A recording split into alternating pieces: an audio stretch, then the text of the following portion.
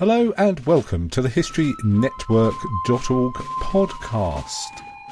Thank you to all our patrons who make this podcast possible. If you would like to become a patron or find out about the benefits of becoming one, then just pop along to Patreon, patreon.com/The History Network. The HistoryNetwork.org podcast, Season 29, Episode 9, Army Exercises in the English Countryside, 1853 to 1914. This episode was written by Simon Keynes. Simon lives in South Buckinghamshire, England, and became interested in his local history during the lockdown restrictions. He found that two big pre-World War I army exercises had passed within a couple of miles of his home, and started researching the whole subject. He has also followed the lives of a great-grandfather and his brother who were killed in 1916 and 17. When there are no COVID restrictions, Simon enjoys touring battlefields in the UK and in Europe. The last pitched battles on English soil were Sedgemoor in 1685 and Preston in 1715. But after that, the army still needed to train and practice. The first land on Salisbury Plain was not bought for army training until 1897, and Catterick Camp was opened after the outbreak of World War I. So from 1853, when there was a renewed invasion scare, to 1914, there were many large-scale army exercises, or manoeuvres, all across the countryside of southern England. The manoeuvres would let senior officers practice their tactical skills, although the movements had to be to some extent pre-planned due to needing permission to use some land. These exercises should have been a valuable training and learning experience for all the commanders involved, with no loss of life, but losing an exercise did not seem to harm a general's military career in any way.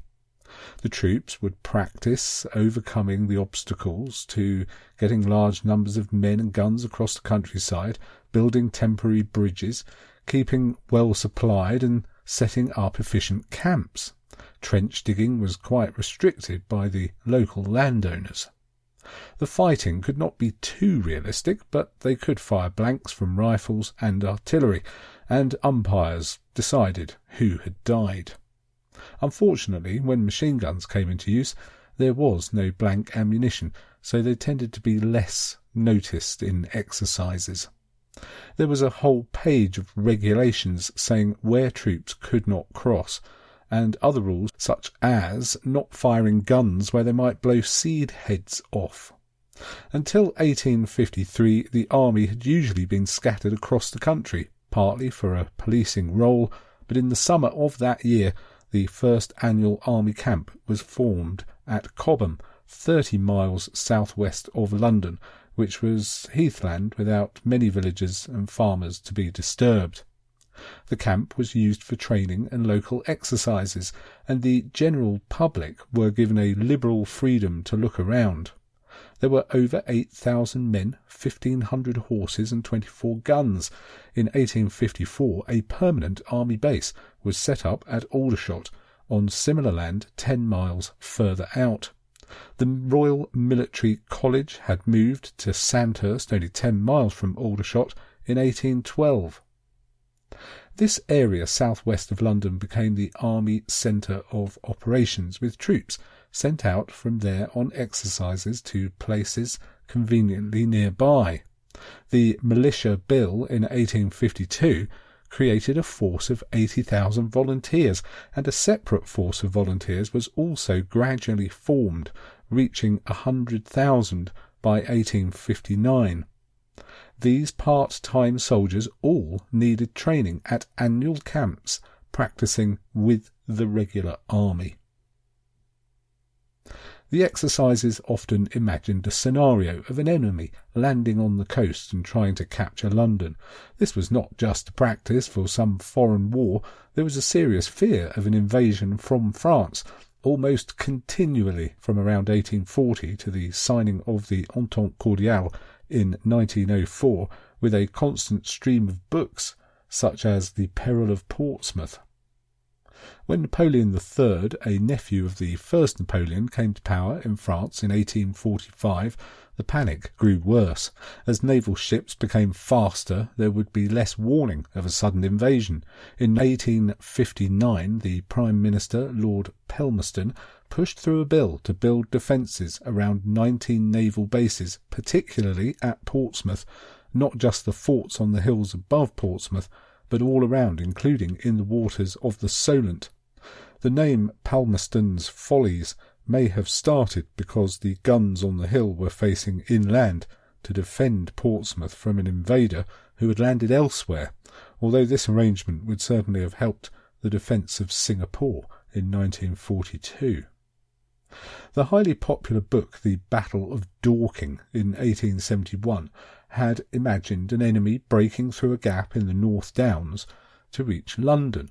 In reaction to this and other invasion fiction, the 1889 plan for the defence of London created a fortified line of 72 miles covering London from 3 directions, including the whole line of the North Downs, a useful natural earthwork south of London.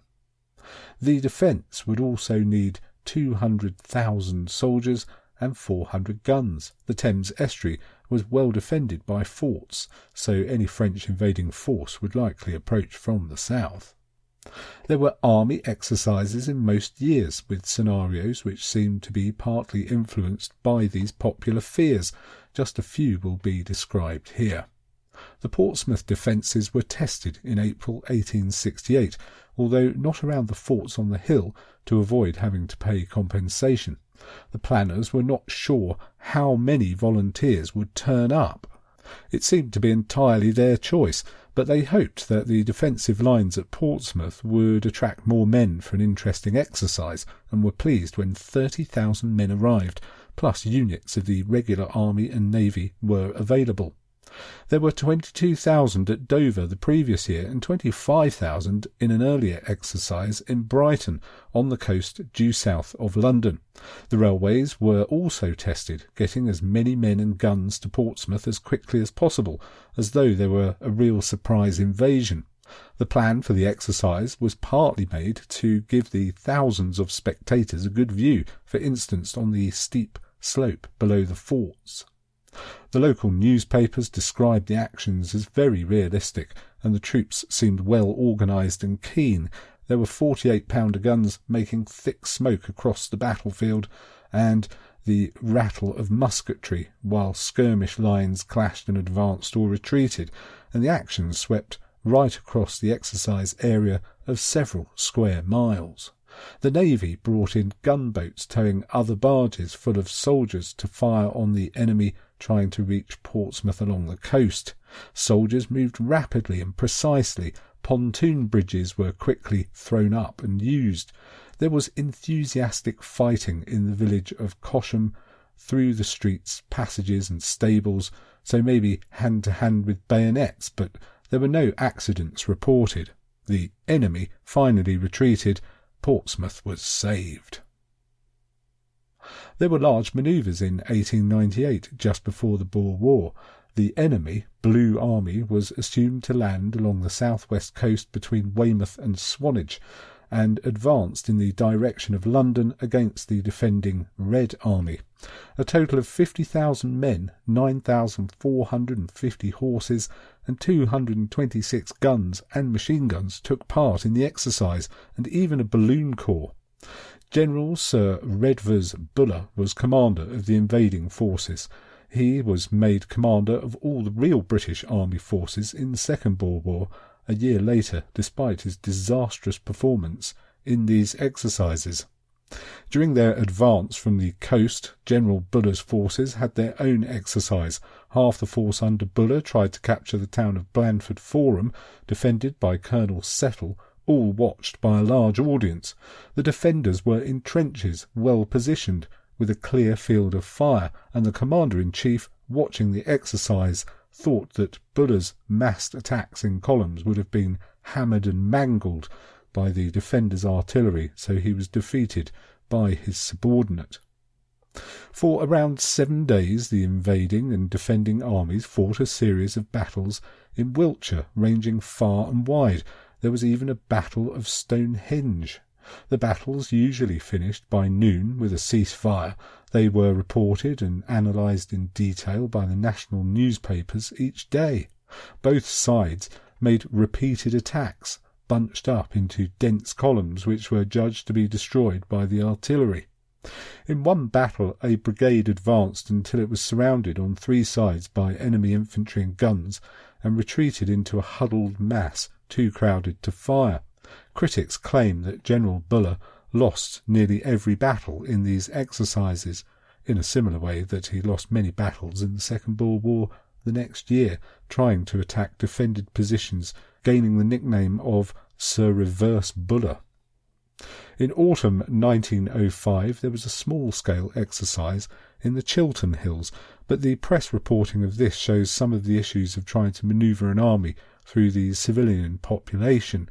As usual, a foreign army had landed and were advancing on London, although rather improbably they were coming in from the northwest after crossing most of England. The Chilton Hills again offered a perfect defence of London. The exercise was to start by holding 6 miles of this line. The defenders would be very outnumbered, so should hold the enemy as long as possible and then retreat. There were 5,400 officers and men, 1,283 horses and 44 guns. Due to limited budget, this time the enemy was represented by a few men wearing white headbands. The officer in charge was General Sir John French, who would lead the British Expeditionary Force in France and Belgium at the start of World War I. The troops arrived from barracks and camped outside West Wickham in fields lent by the owners of the pubs in the village, but the owners soon had reason to regret their generosity. A large number of horsemen arrived in High Wycombe from barracks to pull the baggage train and to be scouts and guides. The horses and men were then taken by train to the front line. Many people came to look around the camp, including seeing a very early radio set which was used to talk to General French 10 miles away. It had a spark gap transmitter which made a loud roar each time the Morse key was pressed, and a 40-foot aerial. There was no leave for the soldiers to go more than half a mile beyond the camp, but that radius included West Wickham, so on the Saturday and Sunday evening the whole army was fighting to get served in the 5 village pubs. The pubs had ordered in extra supplies, but they were drunk dry by 9 p.m. on Sunday. Many glasses were smashed, one pub was badly damaged and nearly burnt down, and soldiers stole a leg of mutton which was meant for the officers' lunch. There is no mention of the police or army officers trying to keep order or any punishments. On Monday the army marched 7 miles northwest to the crest of the Chiltons. In heavy rain the troops dug 6 miles of trenches in a couple of hours, but the Chiltons have only thin soil over chalk, quite similar to parts of the Somme and Arras, so the white chalk was hidden by brushwood. The guns were located behind hill crests in deep dugouts, hidden by branches and turf. The cavalry were sent forward to watch for the enemy advancing across a river to their front.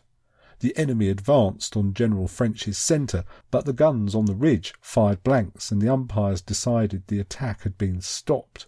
General French was then told that the enemy main force had crossed the Thames further south, so they would outflank the British and they must retreat.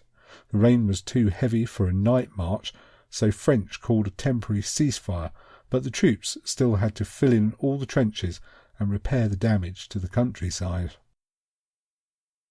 The men marched 19 miles to Marlowe to cross a pontoon bridge across the Thames. They reached the bridge, but first it had to be parted to allow one of the Salter's steam launches through. The exercise scenario then said the main enemy had continued towards London, leaving only a small force guarding the hills to the north, so French determined to destroy them by sending one division across Marlowe Bridge and Pontoon Bridge. The British guns were concealed on a hill on the south bank, but the rain and mist was so thick that the enemy and umpires could not see what was going on, so they had to be moved up to the ridge in plain sight. The British allowed a scout to be captured carrying 2 notes, supposedly giving the plan of attack, but the enemy general was not fooled. There was fierce fighting on the hill slopes, including capturing a Maxim machine gun, until the battle was won. Since 1898, the new enemy threat was Germany. Again, there was a huge wave of fiction and non-fiction books imagining a German invasion on the east coast. A novel titled Riddle of the Sands, published in 1903, had a great effect on people such as Churchill. It told of the Germans plotting an invasion to land either at the Wash on the east coast or at Essex between Foulness and Brightlingsea, close to London. The 1904 Army manoeuvres had 6 cruisers landing, 2 whole divisions led by Sir John French, 12,000 men, 3,000 horses and 60 guns, by small boats at Clacton, only 8 miles from Brightlingsea, in the middle of the crowds of holiday makers. The exercise did not imagine any defenders opposing the landings. The army advanced 25 miles inland, crossing the River Colne to fight the defenders. When the invaders retreated to re-embark, the seas were too rough, so they would have been stranded. For the 1912 army exercises, the German threat was thinly disguised as the country of Redland occupying the North Sea. Douglas Haig commanded the invading army and entered England at Hunstanton, right by the Wash, as in the Riddle of the Sands, and at Wells, 17 miles east. Their target was, as usual, London. Both sides had about 25,000 men and 9,000 horses. The exercise lasted 3 days. Both sides used aircraft for reconnaissance, but the defending Lieutenant General Grierson told his troops to stay concealed, even just using ground sheets. Both sides used cavalry and cyclists for mobility. The defenders' 4th Infantry Division was not spotted by the aircraft and helped to win the final battle. The umpires declared the whole exercise a draw, but most commentators say Haig was clearly beaten. Unfortunately, General Grierson died of a heart attack 2 weeks after the start of World War I, so could not prove himself in a real action. In September 1913, the British Army held its annual mock battles over 5 counties, including Buckinghamshire, not knowing that this would be the final rehearsal before World War I. There were many spectators, including the Secretary of State for War and later the royal family. The first week of the exercise is not generally mentioned in histories. It took place over a similar area to 1905.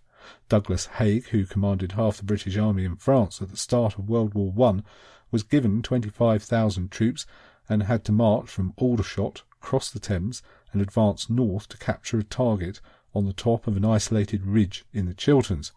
The defenders had only 3,000 men, so it should have been a walkover.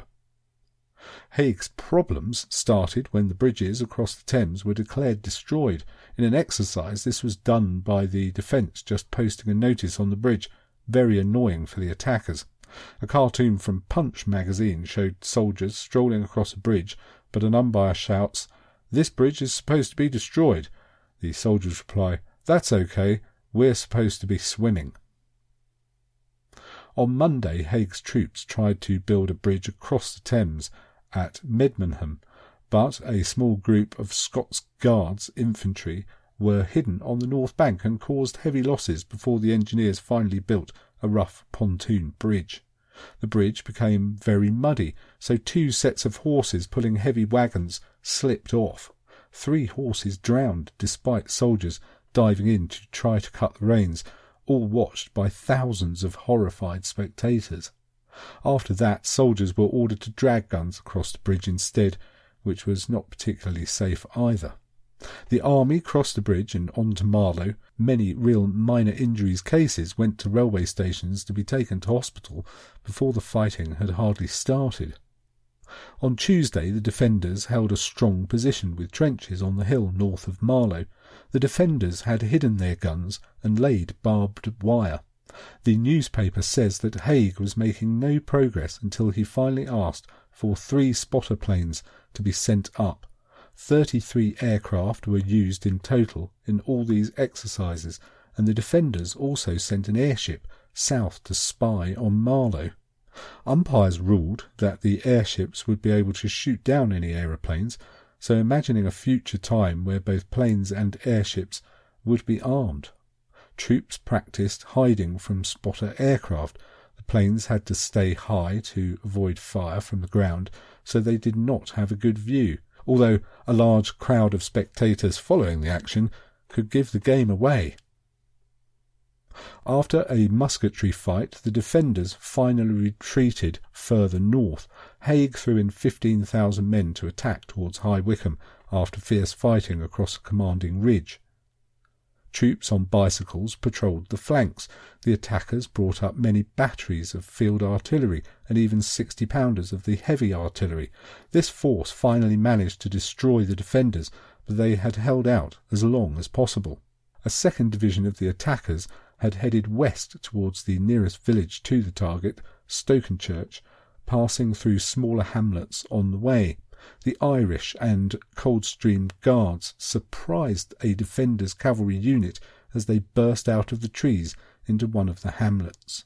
They also surprised mothers who rushed out to grab their children.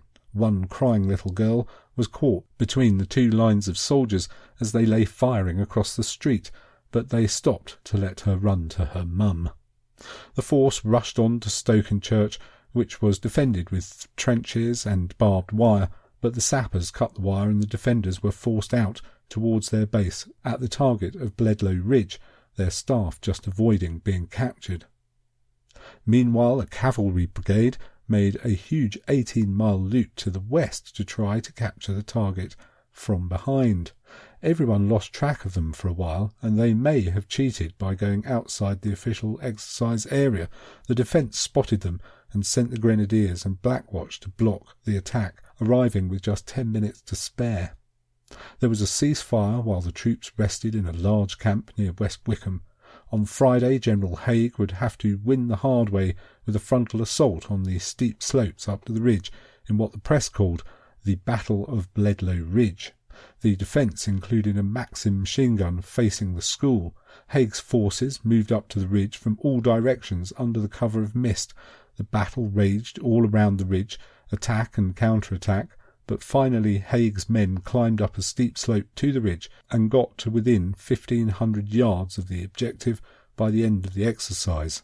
Haig's forces had a superiority of over 8-1, so this exercise was meant to be just a quick pursuit, but the task was much tougher than expected. Though these exercises were all a prelude to the First World War, it is difficult to draw any conclusions as to the usefulness of these massive training manoeuvres. Certainly for the British Tommy, playing at war would be very different from the conditions he would find in France, but for senior officers it gave them a glimpse of some of the challenges they would face. We think of the First World War as static lines of trenches, but these fast cavalry chases across the British countryside proved a useful rehearsal for the opening months of the war, as the British and French made a 220-mile fighting retreat before the Germans were stopped east of Paris. There was then the frantic race to the sea of another 160 miles, with each side's cavalry trying to get around the northern flank all the way back to Ypres, where the German army was finally held and both armies dug in. Defeat had been avoided, but the victory would take another 4 years. Well, thank you, Simon, for that fascinating look at British Army exercises in the English countryside, 1853 to 1914. That was very interesting indeed. Thank you. If you would like to write a script for us, then just drop us a line, info@thehistorynetwork.org.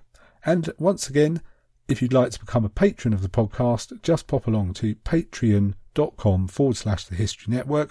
A very huge thank you to all our patrons who make this podcast possible. Thanks again for listening. You've been listening to the historynetwork.org podcast, written by Simon Keynes, read by Nick Barker.